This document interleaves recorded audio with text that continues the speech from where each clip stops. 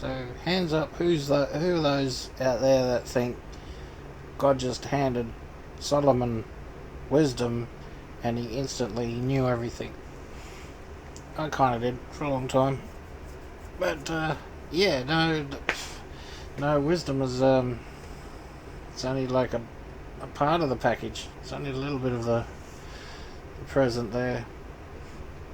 So if you have a look here, and God gave Solomon wisdom and understanding, exceeding much, and largeness of heart. So, like, wisdom's a bigger word itself, but then you got and understanding. So it's like giving someone the King James Bible and go, there you go, this is everything you need.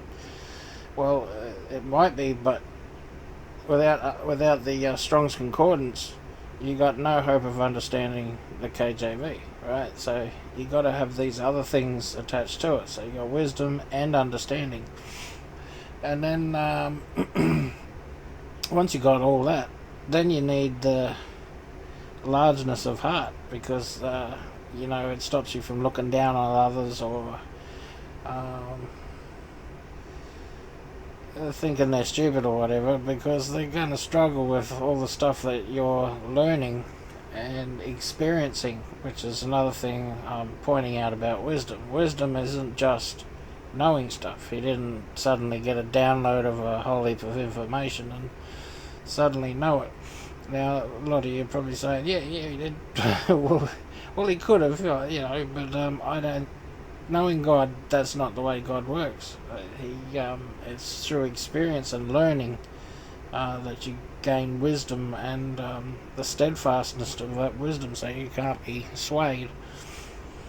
I know what God can put in your head and what he can't. He removed swearing from my head instantly, like snap of the fingers, gone. 30 years of swearing disappeared. So I know he can do that sort of stuff, but we'll have a look at this wisdom here. So you have a look at Proverbs, and they point out that Solomon did most of these Proverbs. It says it's not all from Solomon, which in itself is wise, because you delegate responsibility to others that have the correct things to offer. So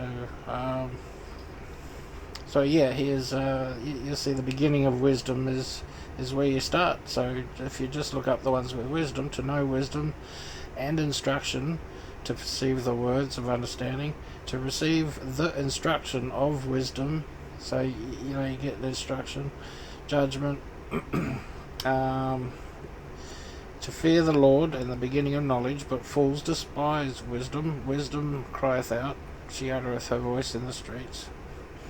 Alright, so when you have a look at the number there, 24, I usually associate 24 with Jesus. So wisdom, skill, administration, shrewdness, prudence in religious affairs, skillful, wisdom, wisely, wit. Alright, comes from another 24 there. There was another one. What was the other one there? This one here, 79:19, which was the instruction of wisdom. To be prudent, to look upon, have insight, to give attention to, consider, ponder. So to meditate on, I suppose. Consider, instruct, understand, behave. So yeah, so you see here with the tabernacle workman, and every wise-hearted among you shall come and make that of the Lord has commanded. So I would look at this tabernacle as the body of Christ, and it takes all types of wise men that are skilled in their different areas and have wisdom in their different areas, to make all this stuff for the tabernacle. So you need the tent, its covering, those thingies, his boards, his bars, his pillars, and his sockets, and the ark and the staves thereof, with the mercy seat and the veil covering. So you need all those with their wisdom and experience. It's all skills and experience to come to that.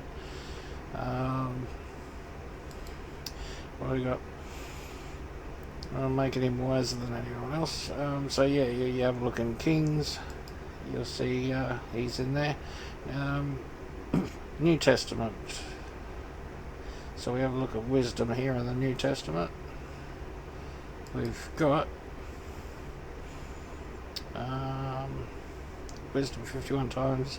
Broad, full of intelligence, use of knowledge, very diverse matters. Wisdom belongs to men.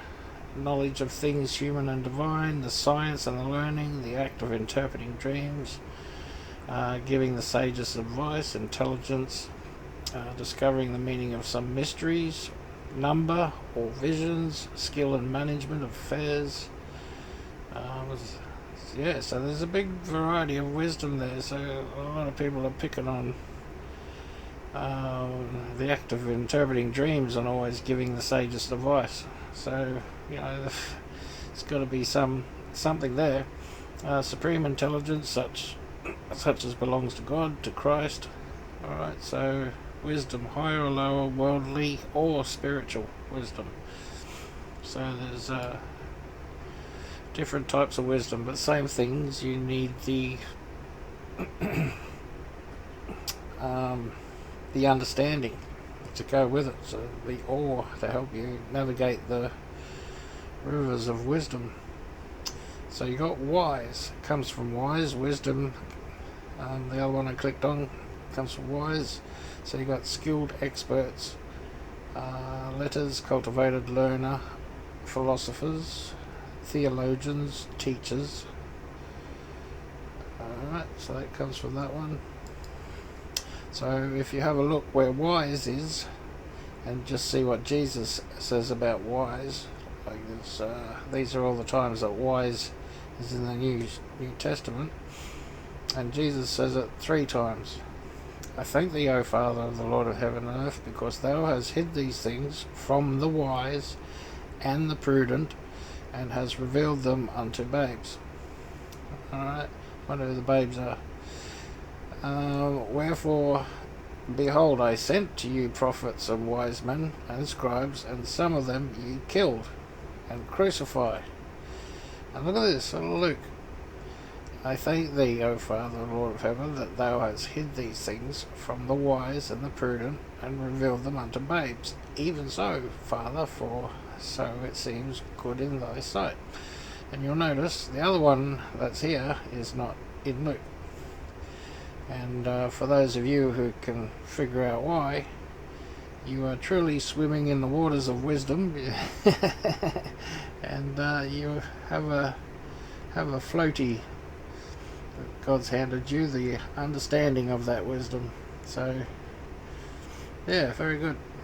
God bless, guys.